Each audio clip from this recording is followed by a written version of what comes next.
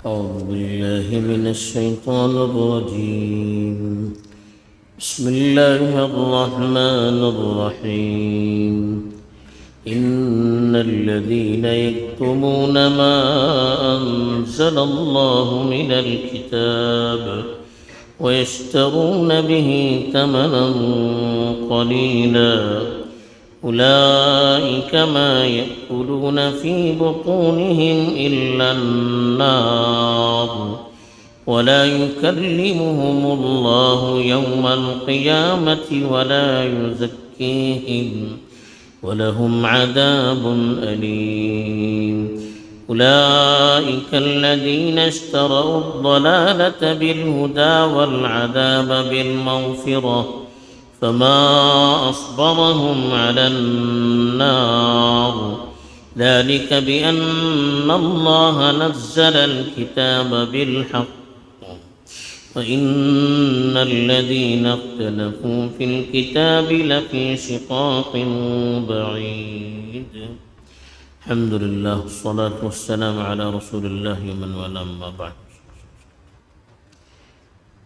پیچھے جو آیت تلاوت کی گئی تھی اس میں اللہ تعالیٰ نے حرام کے سلسلے میں بتایا تھا کہ وہی چیزیں حرام ہیں جو اللہ کی طرف سے حرام قرار دی گئی ہیں. انسانوں کو اپنی طرف سے حلال اور حرام کو متعین کرنے کا کوئی اختیار نہیں ہے.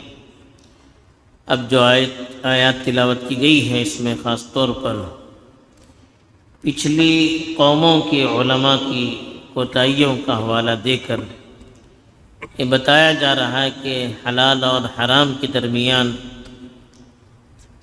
تمیز کرنے میں جو کوتاہیاں ہوتی ہیں اس میں سب سے بڑی کمزوری ان کے علماء کی خاموشی اور ان کی مطلب پرستی کی وجہ سے ہوتی ہے. اس لیے اہل کتاب کے علماء کا حوالہ دے کر ارشاد فرمایا ان الذین یکتمون ما انزل اللہ من الکتاب، بے شک وہ لوگ جو چھپاتے ہیں اللہ نے جس کتاب کو نازل کیا ہے اس کی چیزیں، وَيَشْتَرُونَ بِهِ ثَمَنًا قَلِيلًا، اور اس کے بدلے میں چھوٹی سی قیمت خریدتے ہیں. اولئک، یہ وہ لوگ ہیں، ما یأکلون فی بطونہم الا النار، جو اپنے پیٹ میں آگ کو ٹھونستے ہیں. ولا یکلمہم اللہ یوم القیامہ، اللہ تعالیٰ قیامت کے دن ان سے گفتگو نہیں فرمائیں گے. ولا یزکیہم، اور ان کا تزکیہ نہیں کریں گے. ولہم عذاب علیم، اور ان کے لیے دردناک عذاب ہے. ان آیات کے سلسلے میں خاص طور پر مفسرین نے لکھا ہے کہ یہودیوں کے جو علماء تھے، احبار تھے، وہ پیسے وصول کر کے حق کو چھپایا کرتے تھے. خاص طور پر حرام اور حلال کے سلسلے میں لوگوں کی خواہش کو سامنے رکھ کر، ان کے مفاد کو سامنے رکھ کر، جس سے ان کا بھی اپنا ذاتی فائدہ ہوتا تھا، فتوے دیا کرتے تھے، حق کو چھپایا کرتے تھے. خاص طور پر رسول اللہ صلی اللہ علیہ وسلم کے بارے میں ان کی کتابوں میں بہت سی چیزیں لکھی ہوئی تھی. اللہ کے رسول کی صفات اور آپ کی شخصیت کے سلسلے میں بہت سی چیزیں ان کی کتابوں میں لکھی ہوئی تھی. ان کو یہ بھی خدشہ تھا کہ اگر ہم اللہ کے رسول کے بارے میں ساری تفصیلات بتائیں گے تو لوگ انہی کو سچا نبی سمجھ کر ان کی طرف متوجہ ہو جائیں گے، پھر ہمیں جو نذرانہ ملتا ہے اور ان کی طرف سے جو تحفے تحائف ملتے ہیں وہ آنا بند ہو جائیں گے. تو ان کا اپنا دنیاوی نقصان اس میں ان کو نظر آیا. اس لیے انہوں نے اپنی کتاب کے اندر جو رسول اللہ صلی اللہ علیہ وسلم کی صفات تھی اس کو چھپا دیا اور اس کو تبدیل کر کے بتایا کہ یہ وہ نبی نہیں ہے جن کا ہماری کتابوں میں تذکرہ ہے۔ انہی کے بارے میں اشارہ کرتے ہوئے سب کے لیے اللہ نے پیغام دیا کہ ان الذین یکتمون ما انزل اللہ من الکتاب، کتم کہتے ہیں جن چیزوں کو ظاہر کرنا چاہیے اس کو جان بوجھ کر چھپانا۔ بے شک وہ لوگ جو اللہ تعالیٰ نے کتاب میں نازل کیا اس کو چھپاتے ہیں، یعنی یہودی اپنی کتاب کے سلسلے میں جو احکام ان کی کتاب میں تھے اس کو چھپاتے ہیں، اللہ کے رسول کی جو تعریف اور ان کے بارے میں جو تفصیلات ان کی کتابوں میں لکھی ہوئی تھی اس کو چھپاتے ہیں۔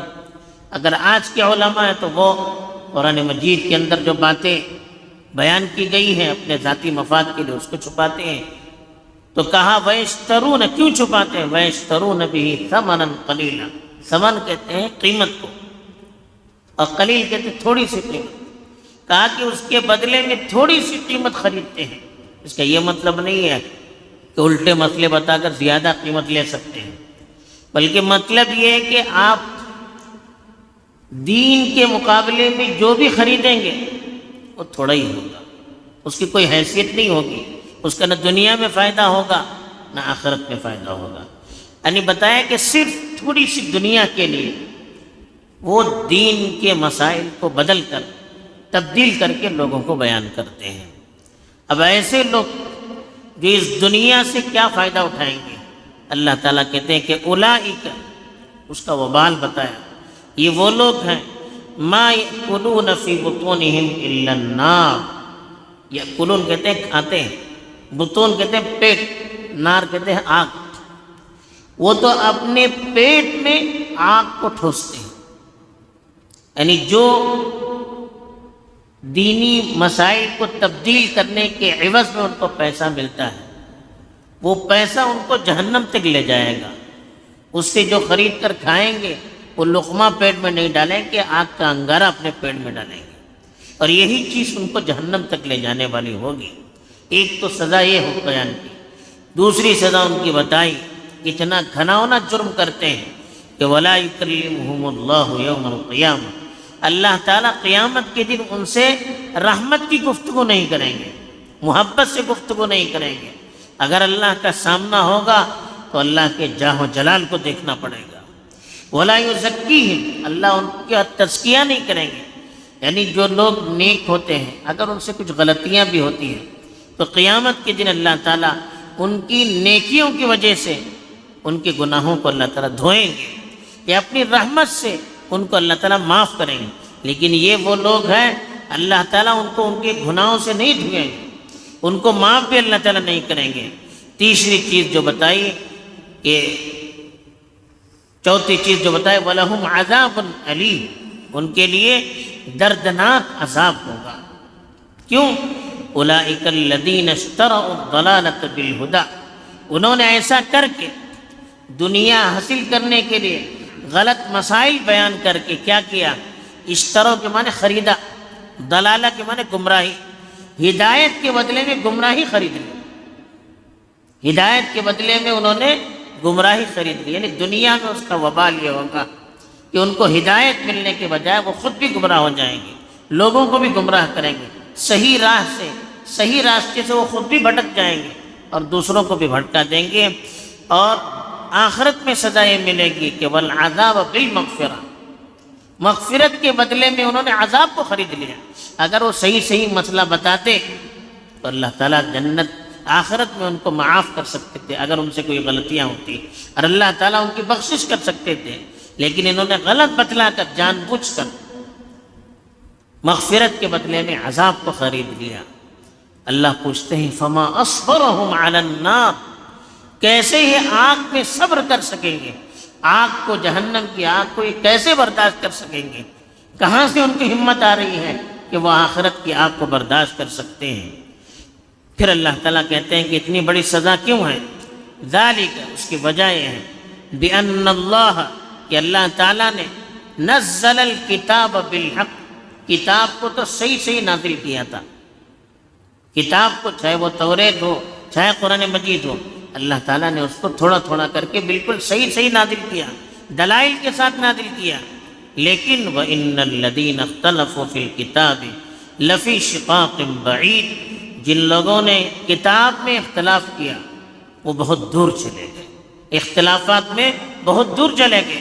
یعنی جو لوگ ہدایت کی کتاب آنے کے باوجود اس کو قبول کرنے کے بجائے اس کی غلط سلط تعویلات کر کے نبیوں سے اختلاف کرتے ہیں، اچھے لوگوں سے اختلاف کرتے ہیں، تو وہ لوگ گمراہی میں اتنی دور تک پہنچ جائیں گے کہ ان کو پھر مغفرت کا ان کا سوال ہی نہیں ہو سکتا، جنت کی طرف آنے کا ان کا سوال ہی نہیں ہو سکتا، اس لیے کہ یہ لوگ جان بوجھ کر کتاب میں جو بیان کیا گیا اس کی غلط سلط تعویلات کرتے ہیں، غلط سلط مطلب بیان کرتے ہیں۔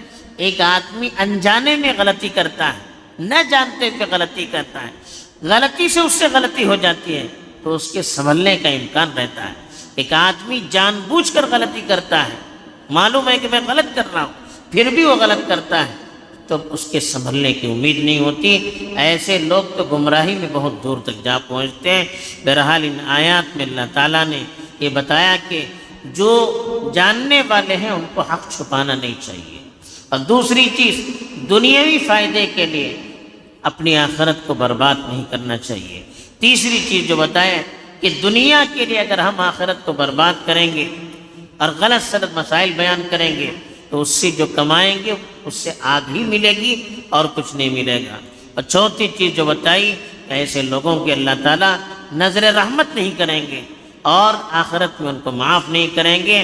اور پھر فرمایا کہ ایسے لوگ جو قرآن مجید میں یا دینی کتاب میں جان بوجھ کر اختلاف کرتے ہیں، دنیوی فوائد کے لیے اختلاف کرتے ہیں، ان کی پھر ہدایت کی کوئی امید نہیں کی جا سکتی۔ اللہ تعالیٰ ہمیں صحیح سمجھ عطا فرمائے اور اپنی مرضی پر چل کر رضامندی حاصل کرنے کی توفیق عطا فرمائے۔ وآخر دعوانا